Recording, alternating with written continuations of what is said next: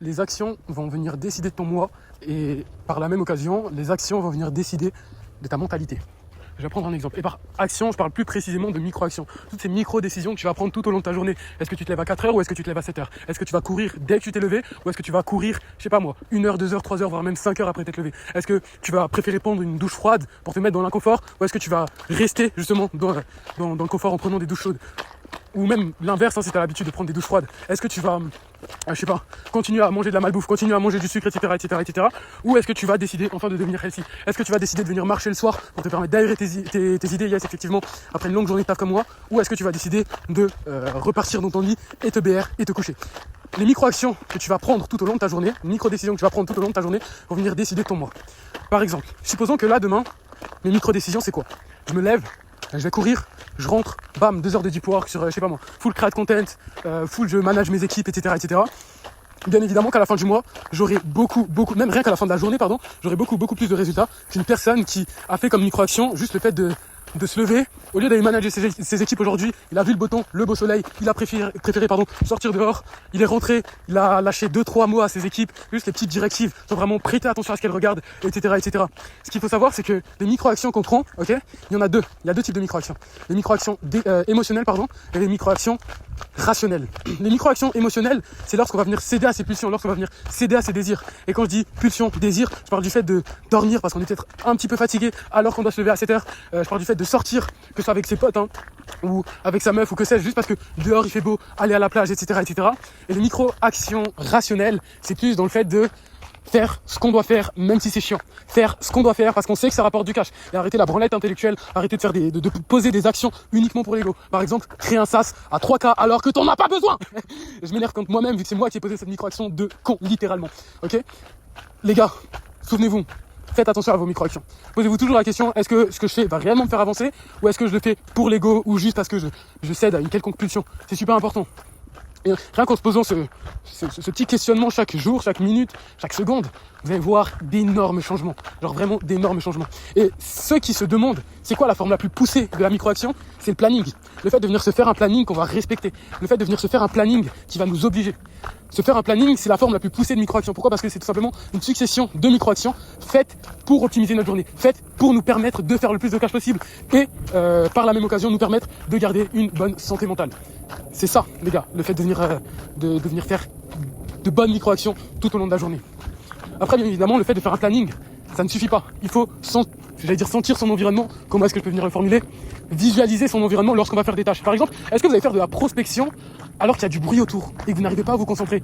Moi, en l'occurrence, je suis en train de faire ce petit vocal alors qu'il y a du bruit autour, mais c'est pas du bruit gênant en soi. C'est pas des personnes qui parlent, c'est plutôt le bruit de la nature. Et ça m'aide à me concentrer, ça m'aide à stimuler mon cerveau, ça m'aide à vous pondre des bangers comme ça, les gars. Donc, il faut que lorsque vous posez une action qui est dans votre planning, vous visualisez le meilleur environnement possible qui va vous permettre de vous immerger dans la tâche à 100%. Parce que comme ça, vous pourrez tenir votre planning sur une plus longue durée. Vous allez voir, c'est juste banger au final. Ok?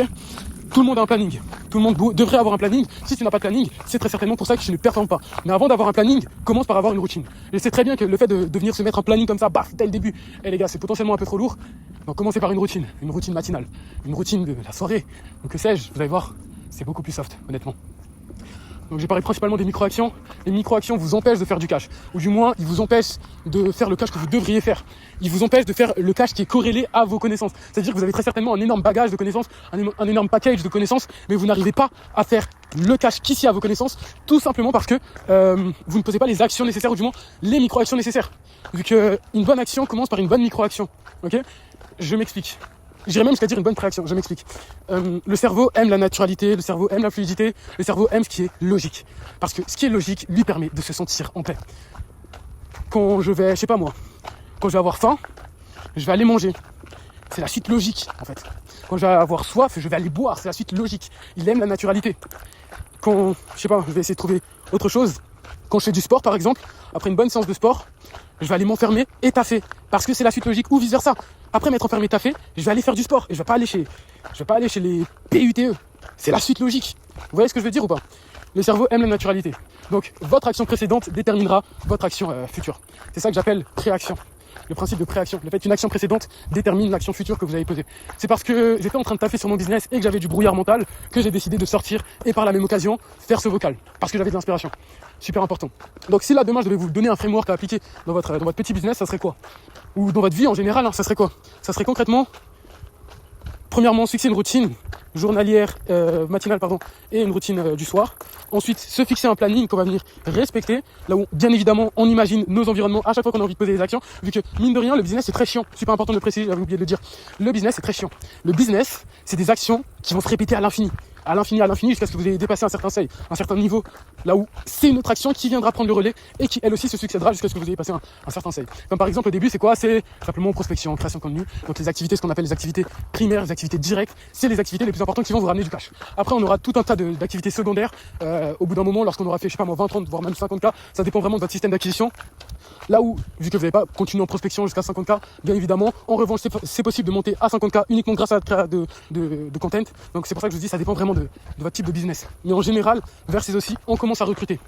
On cherche activement quelqu'un pour nous recruter, pour venir mettre notre focus là où ça pourrait générer énormément de cash. Okay, donc comme je disais, le fait que ce soit des actions qui juste se répètent en boucle, dans le business, ça vous permet de vous faire un planning, sans imprévu quasiment. Et bien évidemment, il y a toujours des imprévus personnels, hein, on ne peut pas le contrôler. Donc ça vous permet de vous faire un planning sans quasiment aucun imprévu. Et ça, c'est super important, super intéressant. Et je pense que c'est tout, hein. Je pense que j'ai tout dit. Le fait de venir faire des routines pour avoir de bonnes micro-actions au réveil. Ensuite, faire un planning pour avoir de bonnes actions et suivre une certaine naturalité qui va vous laisser dans un certain état de flow. Et bien évidemment, dans ce planning, il doit contenir du business et du personnel. Le business pour le cash et le personnel pour entretenir votre santé mentale. Quand je dis personnel, c'est pas forcément sortir avec des potes ou autre. Quand je dis personnel, c'est surtout, par exemple, aller marcher dehors pour venir stimuler vos idées, aller faire du sport, aller vous accorder un moment à vous, que ce soit en méditant ou autre. Ok? Donc toujours professionnel, personnel. Et je pense que c'est tout, hein. C'est tout ce que j'avais à dire. En tout cas, les gars, et devenir riche, je vous mens pas. Vu que quand vous serez riche, les gars, le paysage que je vois devant mes yeux est juste incroyable, mon pot. C'est une dinguerie. Devenir riche, comme ça, vous pourrez très certainement vous aussi avoir ce même paysage. En tout cas, c'est tout. C'est Jovic. Oh, c'est incroyable. On se dit ciao, à la prochaine.